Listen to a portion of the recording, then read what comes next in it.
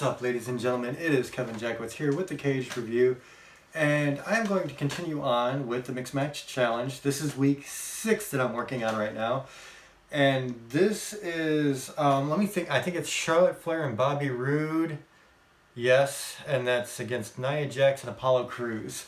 And this would be cool because it's somebody that I really like, somebody that I really don't like, somebody that I think has a lot of potential, and somebody who has already established himself in one company but is just coming into WWE. So we'll get into all that as we go along. As always, I have to mute the entrance music just because, copyright, so I have to be careful there. But let's go ahead and start with week 6.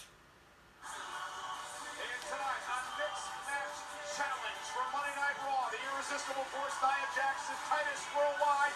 Apollo takes on from SmackDown the United States champion Bobby Roode and the women's champion Charlotte Flair. The Roode Warriors, all on the most interactive show. The Roode Warriors?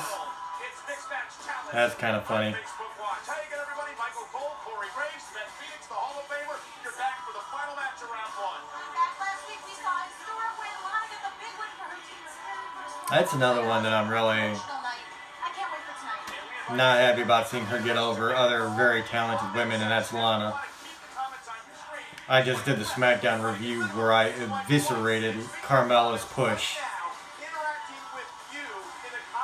Just can't stand it.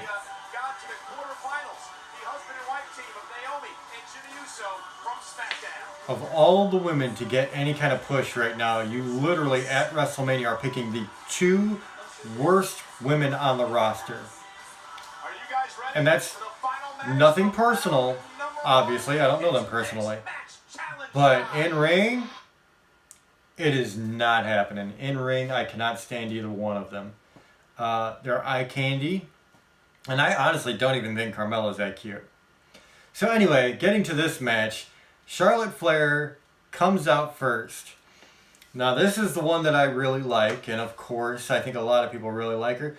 And the thing that I really like about Charlotte Flair is that she is not taking after her daddy, although she did adopt his last move and stuff, but she is highly athletic. Charlotte has definitely implemented a lot of moves that I don't know if daddy ever could. She is absolutely phenomenal. She's good on a mic. She can cut a great promo. I mean, really, what's not to love about Charlotte Flair? She does that corkscrew backflip off the top rope. And just phenomenal.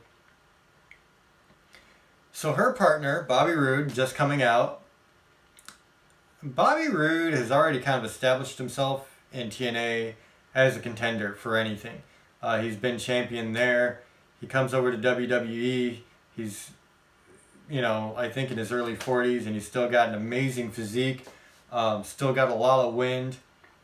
So there's a lot that he could be doing still with WWE. Now, I don't think he's going to have that many years left because he is in his 40s already. But, I mean, right now, you wouldn't be able to tell it. If I saw him, I wouldn't say he's 40. If I saw his in-ring work, I wouldn't say he's 40. So, he's very new to WWE. He's got a lot of potential there. He really does. I just hope he's utilized as the talent that he is. I do worry, considering he's in his 40s, that WWE might not really push him as far as maybe he should be. And that's, an unfortunate thing that WWE does at times. He's a very, very good in-ring performer, though. And God, Charlotte, man, some of her matches with Sasha Banks just blew me away. Really did. So now you have the one that I don't like as far as in-ring competition, Nia Jax. Nia Jax, the reason I don't like her is that WWE loves to push the big ones. The big guys, the big girls. They like the monster effect. But she gets very winded very quickly, and when she gets winded, she gets sloppy, and I've seen her put so many people at risk, and potentially could have really injured a couple of wrestlers. And again, that's not anything against Nia personally. Don't know her personally, but I am not a fan of her in the ring whatsoever. And that brings us to the last person in this matchup, who I think has a ton of potential. I don't know that I've ever really heard his promos, so I can't say if he has a lot of good promo work, a lot of bad promo work. I don't know. I haven't really paid attention. But his in-ring work, for a guy as built as he is, he can move like few people on this planet. He is crazy athletic. So, and like I said, for being a guy his size, with as much muscle mass as he has, to be able to do some of the stuff he does in the ring, I mean, you just have to look at it in awe and be like, damn, that's amazing. So there's a ton of potential there with Apollo Crews, at least as far as his in-ring work goes. Like I said, I don't know anything really about his promo work. I will have to definitely keep checking on that and see what I think in weeks to come. And you'll have to excuse my yawns. It's literally 5:15 in the AM right now. I've been making videos literally all day long, all night long. I haven't had any sleep, and I'm going to stay up today to get all this stuff uploaded and caught up. So, that's where that's at. I'm going to be yawning through the next few videos in this mixed match challenge because I'm tired. So, here we go, starting out. It's going to be Crews and Bobby Roode starting out.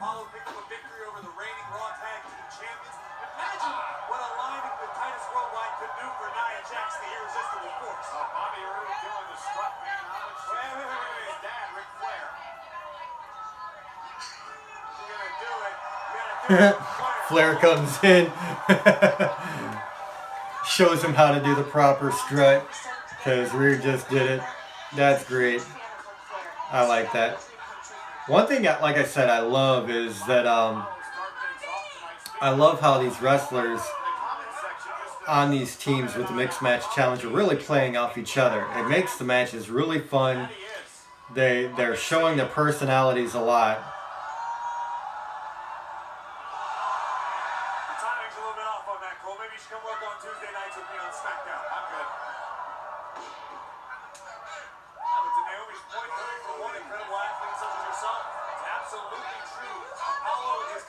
Yeah, they definitely have some fun with this.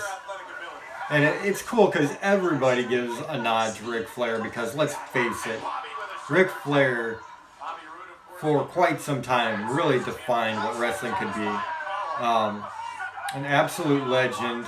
I remember watching him as a kid, and God, did he have some amazing matches. But he had this persona that just connected with people at that time.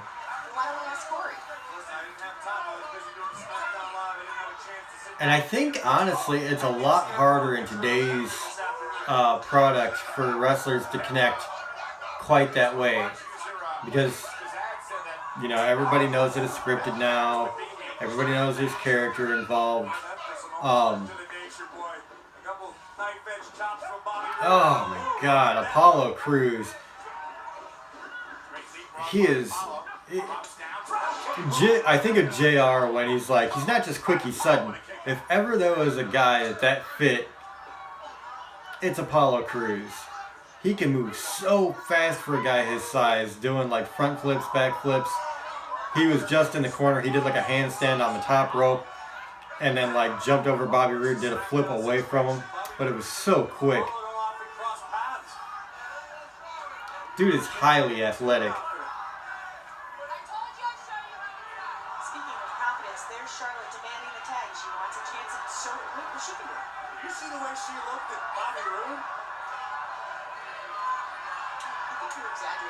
So the tag, in comes Charlotte, in comes Nia. And I love this because they're not going to make Charlotte look weak over Nia. They've been making Nia look beast on Raw.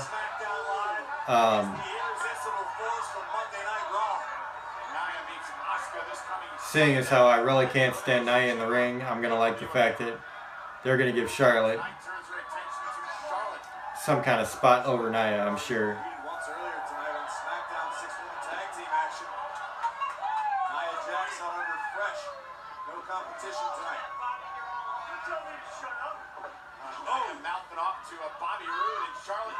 Oh, Charlotte with a huge stretched kick, man. That girl got some long legs.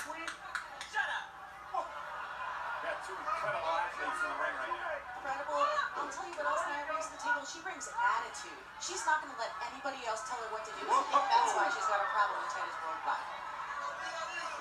Oh, what a kick to the face. Another kick from Charlotte. Dana Brooke on the outside grabbed a hold of the queen, and the statistician paid him dividends. Dana Brooke grabbed Charlotte's leg from outside the ring.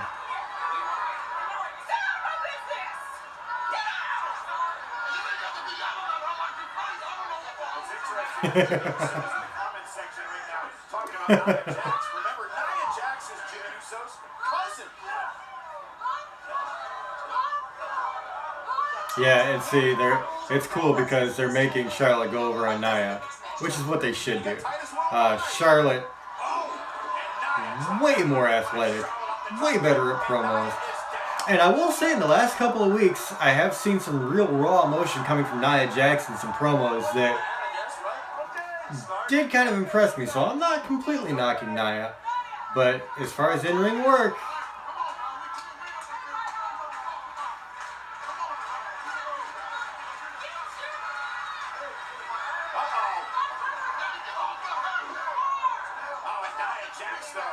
Charlotte is so powerful. One sweep of her arm completely took the queen's legs out from underneath. I gotta tell you from experience, getting hit by Nia is like getting hit by a frying pan. You're gonna feel it. Blasting Charlotte in the corner, and the queen drops to her knees, and a big deal by Nia. Wow. I'm not sure Charlotte Flair is used to being women handled like this. Elbow drop to Charlotte. You know, if you give Nia short spots, I don't feel that like anybody's really in danger of getting hurt. It's when she has longer matches and she gets winded that she just becomes dangerous. And I've seen it a lot.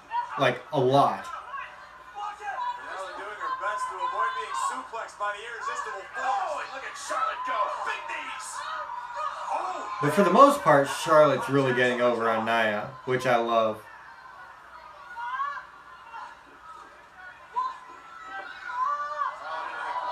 It'd be really interesting to see who could really win in a real wrestling match. For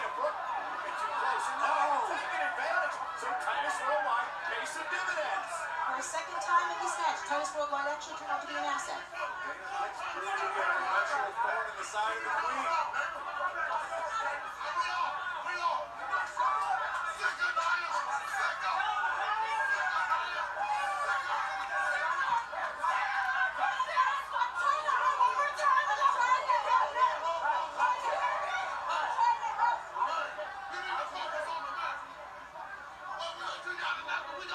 So Nia, there's this whole bit going on right now where Dana Brooke is getting involved and Nia's pissed off because she wants to do it on her own.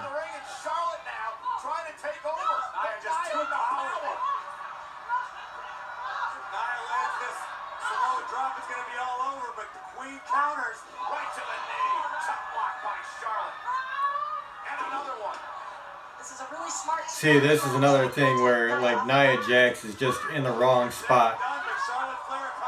Charlotte Flair was coming in for a chop block and Nia's in the wrong spot. It could have really hurt her.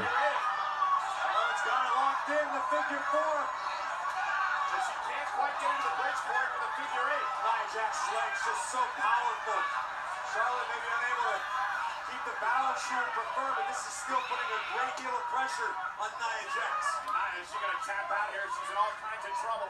Center of the ring uses a headbutt to try to force the figure four to be broken, and it is. It's a little bit slower match than like I'm used to seeing with Charlotte Flair. Of course, that's because it's Nia Jax, but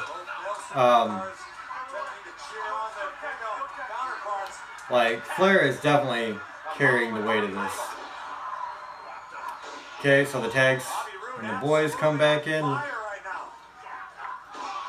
Roode and Cruz. And Roode is just on fire, of course. Momentum has certainly changed.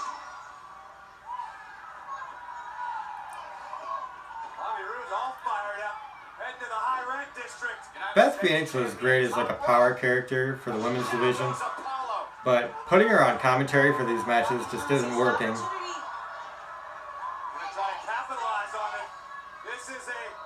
at all.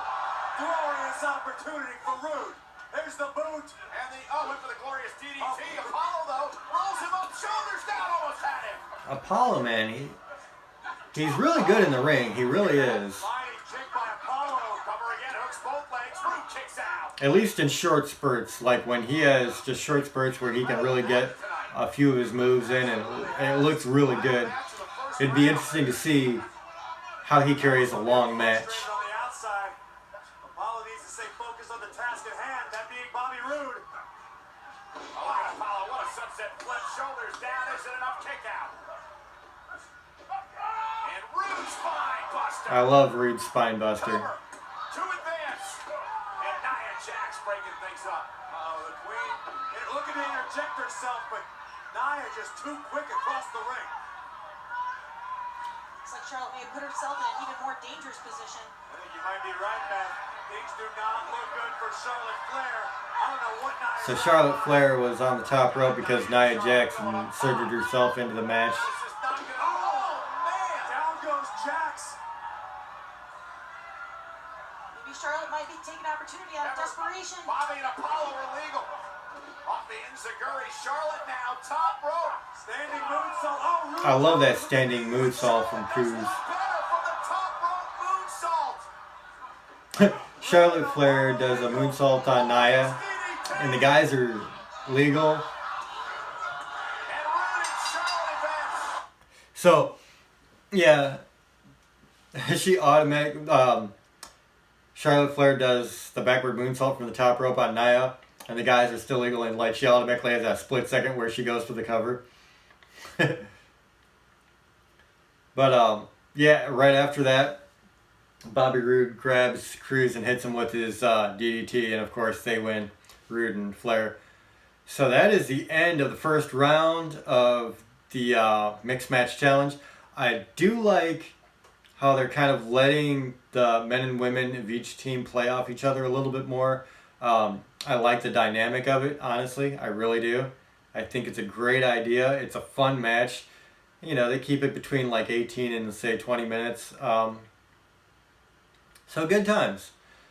This match, it was a slower pace because of Nia. Now, thankfully, she wasn't in there for a long time. She didn't get too winded. You know, I won't badger somebody if they didn't screw up.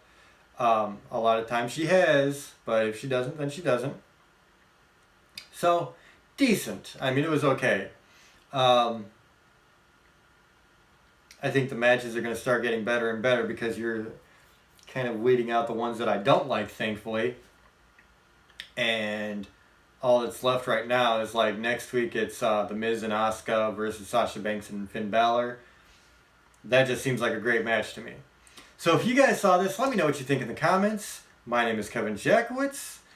Cage Nation out.